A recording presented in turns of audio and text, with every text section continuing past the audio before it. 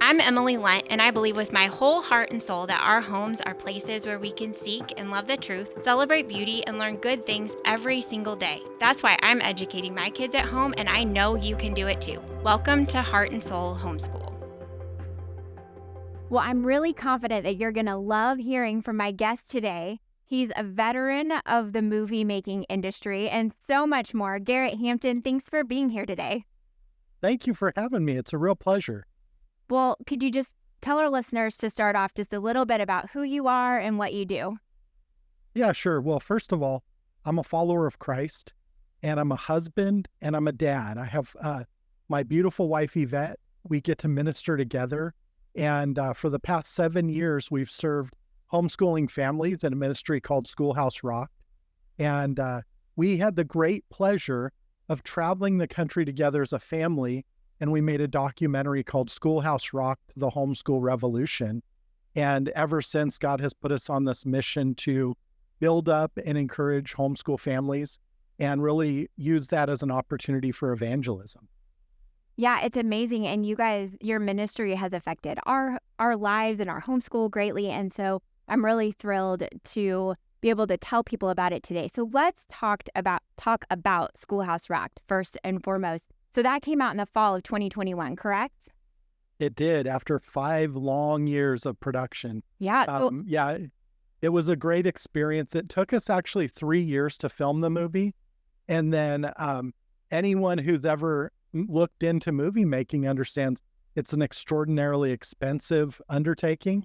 And so the fundraising was actually what ended up making it take 5 years. But in God's good provision, that meant that during that time, COVID happened. And had we released before COVID, we really would have missed a giant revolution in education. And so we look at that long time and think, man, it was a lot of work. But God's timing was so good because we met this whole new audience that had been affected by COVID. Yeah, he's good that way, isn't he? And education at the time when it came out was just such a hot button issue. You know, like you just said, COVID laid bare what was happening in our public education system. We found out about the porn in the libraries, the CRT, the DEI, all of those things were exposed during that time. And it's so exciting that you guys had a film that was at least part of the answer and the solution to that. So take us back to when you started filming. What originally inspired you to make this documentary of your lives, essentially? Well, truthfully, it's easy to say this thing and this thing and this thing happened. But the truth is, we were really being moved along by the Lord the whole time. And we didn't even quite understand what he was doing at the time. We just knew that he had prompted our hearts to make a movie about homeschooling. We had been really impacted by the movie Indoctrination, which came out, I think, about 11 or 12 years ago now. And we knew that as a family, as we were looking into homeschooling, that movie had been a real encouragement to us. But it was much more a look at what was going on in the public schools and kind of what was wrong with that picture. And we really wanted to make a film that showed the alternative, which is homeschooling is a great opportunity for families. It can look really normal. You don't have to be weird to do it. And on the other side, kids come out prepared for life. And so we started out with a pretty nebulous idea, but very quickly as we started doing interviews, God started forming the course of that movie into what is available now. Which is amazing. So was your original intent to reach families who are already homeschooling and sort of build them up and encourage, or was it to reach those who are considering taking on that challenge? No, we love that we get to encourage families who are already homeschooling, but we never wanted to just preach to the choir. Our movie very much is a testimony to the power of homeschooling, and we really wanted to see a flood of new families enter homeschooling. And so again, with the timing of COVID, COVID prompted a lot of parents to look at what their options were. And right as that was happening, we were able to deliver this movie that said, here's an excellent option for families. Take a look at this. This can be a huge blessing for your family, and your kids are going to come out well prepared, ready for life, ready for service of the Lord. So So no, we definitely wanted to reach new families. Yeah, I think that's great. And my husband and I actually watched the movie again last night. We sat down just as kind of a refresher course. And you guys, it's so good. If you haven't watched it, you must. And we'll include all the information of how you can find that in the show notes. But if you have watched it before, I encourage you to do it again, because it was just the shot in the arm that we needed to remind us why we're doing what we're doing. It's a great apologetic for why we homeschool. And even if that wasn't your intent, Garrett, it is. And as we thought about it also, you and Yvette do such a beautiful job giving words to how education is discipleship, and you kind of walk people through that epiphany. And my husband and I have experienced something similar. Talk about that just a little bit, how your eyes were opened to that. Yeah, and the truth is our eyes were opened. When we started homeschooling, we really had only the shadiest understanding of what the purpose of education was. And honestly, when we started homeschooling, we were very reluctant, and it was in a response to the bad stuff we saw going on in the public schools. It wasn't because we understood that God has a design for education and that it should be truly an indoctrination into the doctrines of truth that are universal through the world. And so we jumped in, and very quickly we understood. And actually, we explained in the movie that one of the things that opened our eyes was our first homeschool convention, where we had speakers explain to us that education isn't just about these fundamentals of math and reading and learning and history and science, that education is an all-encompassing, holistic worldview training, and that starts with the fear of the Lord. The Bible says the fear of the Lord is the beginning of knowledge. The fear of the Lord is the beginning of wisdom. And as we dove into homeschooling, we understood more and more that every day, the fear of the Lord and the knowledge of his creation and of his works needed to be integrated into education. So for us, it was a huge eye-opener. And so we were just really excited to share that with other families, because we knew so many even Christian families just didn't understand what the purpose of education was. Yeah, I think that's true. And so, we had, like I said, just a very similar awakening to what you described. And now we want to tell everybody we hear about it, because it does just fundamentally change the way you live your life and the way you parent your kids. And we love sharing that with other people. So you mentioned that you've been able to travel the country for the last couple of years promoting the film. What's the best story that you've heard from a family who was impacted from Schoolhouse Rocked? I think, there are so many great ones that it's hard to pick the best, but I'll point to our friends, the Wilsons, who you see a tiny glimpse of them in the film. We actually filmed a whole interview with them and it didn't make it in, but there's B-roll of their family, and there's 7 kids and then grandkids sitting around a fire in the movie and just enjoying each other. And the reason their story was such an encouragement to us was because they were at the tail end of homeschooling. They had graduates, they had kids who were getting married and having kids and going on to careers. And it was so apparent that homeschooling had been a success in their family, and that their story was it was like so many others. We saw so many stories of success. But what encouraged our hearts was that Dorenda was not an academic. Dorenda was not a person who said, yes, we did this curriculum and this thing at this time, and our kids learned this type of math. They were very much a eclectic homeschooling family who kind of took it easy and really embraced this idea of restful homeschooling.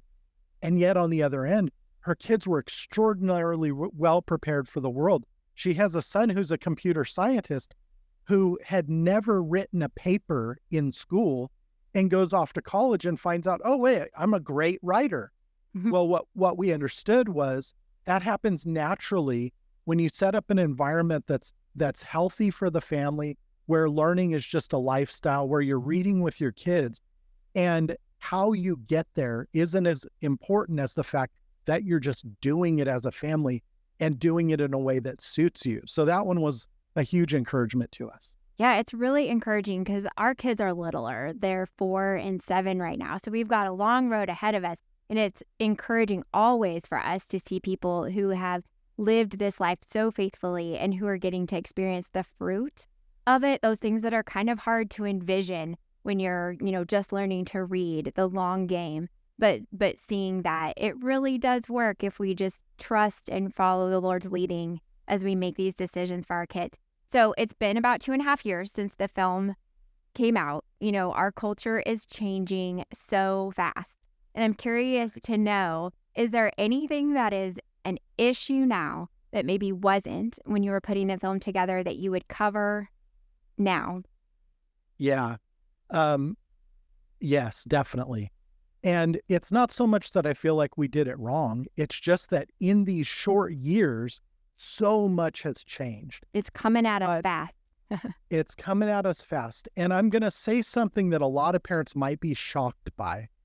But I think one of the foreseeable but unfortunate outcomes of this flood of new families into homeschooling from COVID was that there was an inevitable reaction from the government. And so very shortly after COVID, you started to see people raise their hands and say, what are we going to do to regulate these families to make sure they're learning? And unfortunately, what has happened is that on the right side of the aisle, the argument that has taken place is, well, we have to establish universal school choice, which means universal government funding for education. And what they don't say is that once those funds are in place, we also have to then make sure that families are accountable. And we knew of the school choice movement at the time, and we're very much pro-choice and pro-family, family-directed education. But what we did not focus on at all in the movie was what the effects of those funds were. And I think very, very few families actually understand that. Yeah, it's a confusing topic. And my husband and I we talk about this all the time. It's legislative, session season all over the country. And school choice is such a hard topic to kind of wrap your head around because it's different in every state, right? This legislation, there's not a universal legislative package. It's right. Different rules, different funding, different sources, all of those things. And so I think as homeschoolers, it's difficult to discern what's right because obviously, and your film shows it beautifully, we need as Christian parents to be thinking about alternative education, and we need to get our kids out of public schools as much as possible. And so I think it is hard. We feel protective of our freedoms on one hand and also, want to get as many kids out. And so it's a legitimately tough topic, isn't it? It really is. And unfortunately, like so many political topics, it's surrounded by a ton of spin. Yeah. The one thing I would say, though, is that, yes, it's different from every state. It's presented differently in every state. However, we do now have a pretty good history where we can see what happens once it's integrated into state law. Oklahoma, where we live now, is a really good example of that. Just last year, we got universal school choice with the model tax rebate, which was actually a tax credit that was way more than the recipients would have paid in taxes. But that was introduced last year before a calendar year was up. Already in the Oklahoma State Senate, they were introducing bills to put controls onto the homeschool families, which prior to last year in Oklahoma had perfect freedom. It's actually within the state constitution, the right for families to educate their kids how they see fit. And there were no restrictions in Oklahoma until we introduced school choice.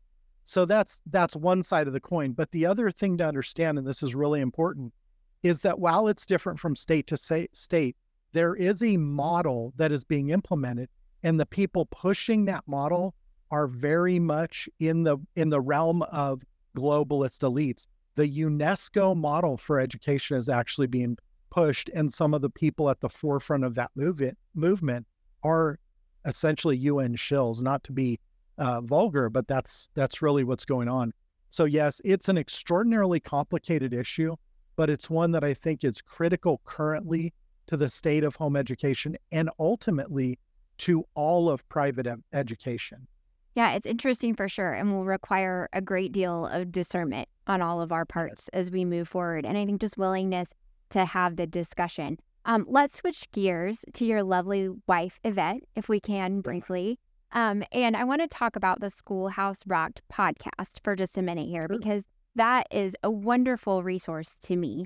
And if our listeners haven't checked that out, I highly recommend that you do, because chances are, if there's a question that you have about homeschooling or parenting or lots of other issues, just having to do with our walk with the Lord, really, there's a good chance that Yvette has covered that topic. And so I was listening to an episode recently, and you guys were talking about the great guests that you have and the vetting process that you go through. Would you talk a little bit about that? Because I think that makes you and Yvette really unique, just the high standards that you have. Yeah, well, I have to say, first of all, before we get to the vetting process, what people need to understand about the Schoolhouse Rocked podcast and also the movie was that neither of those were a work of Yvette or me being great geniuses or having great power of will. Both of those, the movie and the podcast, are just a testament to God's good provision, because we're just a normal homeschool family. When we started the movie, we didn't know anybody in it. God provided every guest. I mean, there are a few of our friends who pop up in the movie, but those weren't the experts in the movie. And God provided every guest perfectly for the movie, which was miraculous. He's done the same thing for the podcast. And we, as the producers of the show, continually sit back and go, Lord, how are you doing this? This is so good. I literally the other day was editing an episode and just thought, man, we have had this long trail of excellent guests that we didn't do anything to get. They literally are dropped in our lap. It's God's perfect provision. But when I say that, I can say they will be such an encouragement to listeners, because they are to us too. The stance of the show has always been that Yvette would learn along with our guests, because she's not the expert.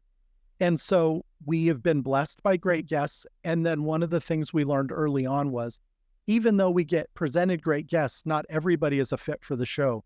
So we do go through a vetting process. We have a form that every guest fills out where they agree to our statement of faith, which is just a traditional Christian statement of faith. But they must agree to that.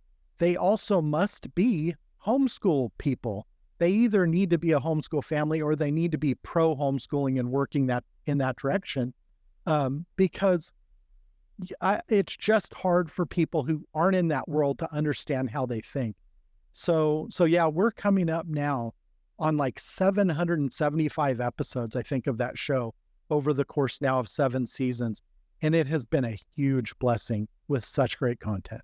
Yeah, it's amazing. And I love that you guys are bringing people of substance with wisdom to impart and not just knowledge. And I guess I brought up the vetting process because with the rapid rise of homeschooling right now, there's so much noise. There are so many influencers, so many Instagram accounts you can follow, so many people who are vying for your attention.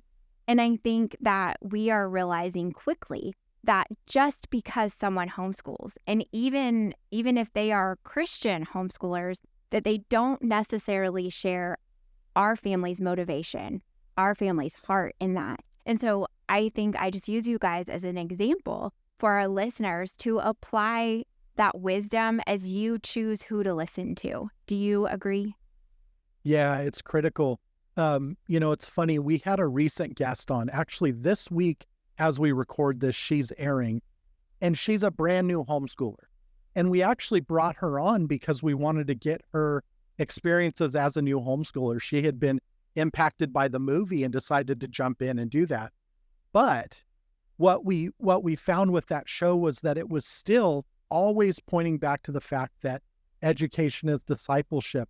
And as Christian parents, we have a responsibility to build up a biblical worldview in our kids and always be pointing them to Christ. And really, that's the running theme through 7 years of the show, is that we want to make sure that when our kids are raised up, that they're raised up in the fear and admonition of the Lord, that they have a solid biblical worldview, and that they can filter what they see in life through that worldview and apply it with biblical wisdom.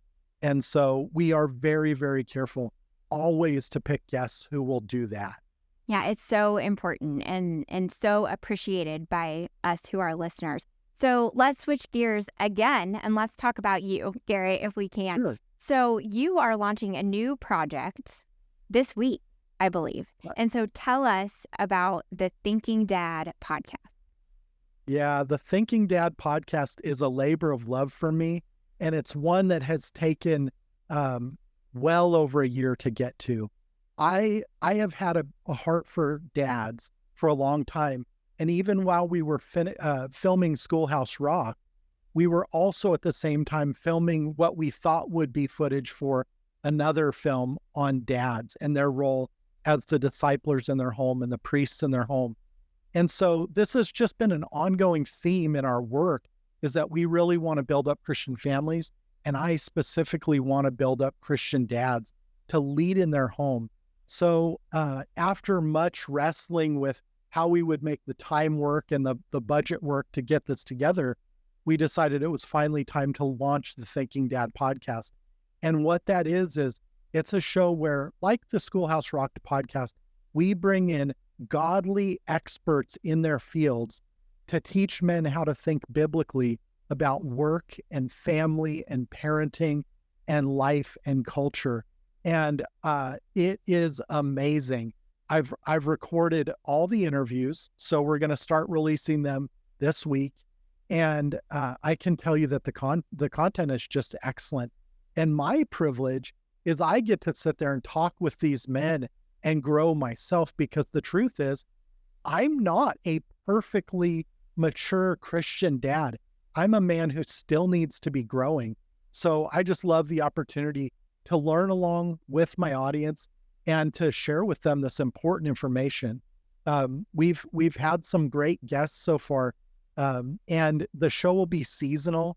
So we'll do 12 episodes this season. Actually, we'll have a couple of bonuses.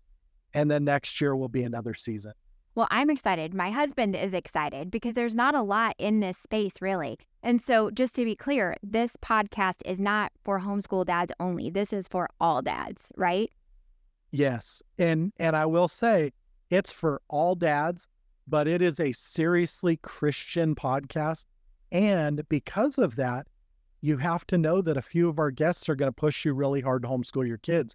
Because the truth is, as dads who are raising our kids, we really can't divorce our responsibility to be training them up in the fear and admonition of the Lord. And so we're going to definitely direct your hearts in the way that is most effective. I love that. And, really when we think about it, a lot of times the homeschooling space is mom dominated, just kind of by virtue of practicality. I think a lot of times, moms will stay home and teach the kids while the dads go out and provide and take that on. And sometimes I think that leaves dads kind of unsure of where they fit in to the picture. And so I'm really excited because being a thinking dad is really countercultural, isn't it? And when you think about the way men and dads are portrayed in our culture, in our media, the sitcoms, it's an easy laugh, right? To have the dad who is not smart, who isn't thinking. But what a thinking dad, and especially a Christian thinking dad, brings to a family is the stuff that changes lives and cultures, right? Yeah, we really want to think generationally. It's the same in education as it should be in our family, that we don't want our efforts to be focused on what's happening today or always reacting to today's crisis. We want to be laying a foundational groundwork that will affect our generations to come and leave a godly legacy. And so, yeah, it's funny you mentioned this cultural idea of dads, because you have two really extreme ends of the spectrum. On one side, you have I think the cultural model, and when I say cultural model, I mean the Disney and Warner Brothers and Universal cultural model of dads, which is either bumbling idiot or unnecessary, useless, or extraordinarily effeminate to fit this idea of that men aren't really necessary. On the other side, you have the reaction to that, which is ultra masculinity, which is also kind of a cartoon. So we didn't do that. We understand that most men fit in a category of normal masculinity, wanting to be good dads, wanting to be good employees, wanting to be, living lives of purpose. And we really wanted to pour into them and build them up with true biblical wisdom. I'm excited to hear this. So what are some of the specific topics that you're going to be tackling in your first few episodes? Yeah, I got to think through my guests. So my opening episode is with Alex Newman. And Alex, for those of you who don't know him, is an expert on kind of the global deep state. And so we go into that, but we also go really in deep to the history of education, the vision of the founders, and how that's played out in culture. So this episode is really exciting. Alex is great. We talk with Bob Lapine, who was with Family Life Today for many years. And Bob talks about how to be in a godly marriage, how to build up your wife, how to preserve your marriage, and then how that affects your kids. We also talked with a man named David Bahnsen, who David is a wealth manager. He owns a company that is based in like 5 cities in the United States, New York, Los Angeles, Miami, all over. They manage over $5 billion of wealth. And David talks about why men are built for work and how that's a part of our biblical makeup and why it's important to acknowledge our need to work in our character and also how that glorifies God when we do that well. So we really span the scope of topics that are important to men and dads. And I can tell you that God really just over-delivered with our guests. Yeah, that's amazing. It sounds like there's going to be something for everyone. As I'm listening to you talk and these subjects that you're bringing up, I'm thinking about, as a wife and a mom, how I can encourage my husband to be a thinking dad. And I'm blessed to have a husband who is a deep thinker and who challenges me to think more deeply. We have conversations daily about the things that really matter. And so we're fortunate in that way. But as a dad and a husband yourself, how can us moms and wives get behind our men to encourage them? Because truly, I feel like you guys are kind of up against it in the culture. What can we do? Man, that's such a good question. And it's such an important question to consider because the truth is that family unity and marriages are constantly under attack by Satan. And it's because he understands that without that core foundational element of culture, everything else fails. Without strong families, the church is in a shambles and our government is in a shambles. This is maybe the most important sphere of government is family. And so it's critical. And the truth is, it's not all on the women. Men and women play an equal role in preserving marriages and building them up. But because we're talking to women, there is such an important role that they play in that. The first is this. The Lord says in his word that women are to respect their husbands. And that seems really simple. And it's actually cast biblically in contrast to that men are supposed to love their wives as Christ loved the church and gave himself up for her. For women to hear men should love their wives, that seems very natural. But I think often when we hear the converse of that, which is women should respect their husbands, it comes at a little bit of there's a little resistance there. So that's the very basic thing, is that they should respect him. And it doesn't mean you respect sinful behaviors. It means you respect him in his role as husband. One of the best ways you can show that is that when he makes big decisions, just go with them. If they're not something that is going to harm the family, if it's something that's up for debate, it's okay to just say, yeah, great, and then support him along the way. You're right, I think, in observing that men are really up against it. The world right now is in a place where men are specifically being attacked daily in their workplaces, in their value in the home. And so I know for myself that when my wife just comes alongside me, walks with me, and even tells me how much she values me and trusts in me, that really is important. The flip side of that, though, is men, we have to be working to be worthy of that trust, worthy of that respect. It doesn't mean we're going to be perfect, but when we mess up, we also need to apologize, make it right, and then try better. So yeah, It's complicated, but we also, as Christian families, have the ability to lean on the Lord, to cast our cares upon him, to trust in the Holy Spirit to build us up and strengthen us, and know that he really does desire for the preservation of our marriages. Yeah, he does. And I think even as I was listening to you talk, I was thinking, in our home, I try to, with our kids as we go out about our day, just encourage them like, Dad's working so hard so that we can go on this field trip today. Dad is such a good provider. He's so good to us. We love him so much. He makes our family so fun and brings so much to the table. And so I think even just probably those little things that may not seem so important or pivotal, as we're doing them, can turn out to be the big things. And we're kind of tilling the ground with our kids to lay the groundwork where they see the beauty of the marriage relationship and how we both have our parts and encourage one another, right? Amen. And isn't that important that we're not just married for us, we're also modeling that for our kids. So yeah, we want to give them a model that they can look forward to instead of dreading what's to come, right? Yeah, that's beautiful. Yeah. Well, Garrett, I'm excited about this new endeavor. Can't wait to see what comes of it. Appreciate everything that you and Yvette do with Schoolhouse Rocked. Can't wait to see how the Lord will continue to use that. And like I said, we'll make sure to link back to all of these resources in the show notes. Do you guys have anything else, any other projects that you want to give a quick promo to here? Yeah, I just want to praise God. We were actually able recently to launch the Biblical Family Network. And so now it's not just the Schoolhouse Rocked podcast and the Homeschool Insights podcast and the Thinking Dad podcast, but we're bringing other Christian family-focused podcasts into a network, and we cannot wait to see how God uses that. So you can check out all those shows at biblicalfamilynetwork.com. One of the ones we added recently was the Culture Proof podcast with Will and Miki Addison. And I can tell you that it is so solid. They build me up constantly, and I listened to them for years before we brought them into the network. So that's just an amazing movement of God to be building up this network of Christian entertainment and education to build up the family. Great.